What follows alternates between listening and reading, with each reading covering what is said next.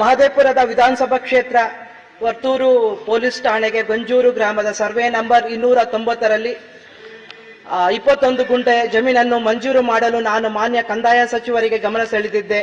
ಮಾನ್ಯ ಪ್ರಧಾನ ಕಾರ್ಯದರ್ಶಿಗಳು ಕಂದಾಯ ಇಲಾಖೆಯವರು ಜಿಲ್ಲಾಧಿಕಾರಿ ಅವರಿಗೆ ಸರ್ಕಾರದ ಅನುಮತಿಯೊಂದಿಗೆ ಸದರಿ ಜಮೀನನ್ನು ವರ್ತೂರು ಪೊಲೀಸ್ ಠಾಣೆಗೆ ಆದೇಶ ನೀಡಿದ್ದಾರೆ.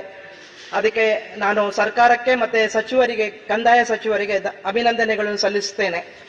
ಹಾಗೆಯೇ ಮಾನ್ಯ ಕಂದಾಯ ಸಚಿವರು ಡಿಸಿ ಮತ್ತು ತಹಶೀಲ್ದಾರ್ ಅವರಿಗೆ ಆದಷ್ಟು ಬೇಗ ಸದರಿ ಜಮೀನನ್ನು ಕಾಯ್ದಿರಿಸಿ ಆದೇಶವನ್ನು ನೀಡಲು ಸೂಚಿಸಲು ಕೋರುತ್ತೇನೆ.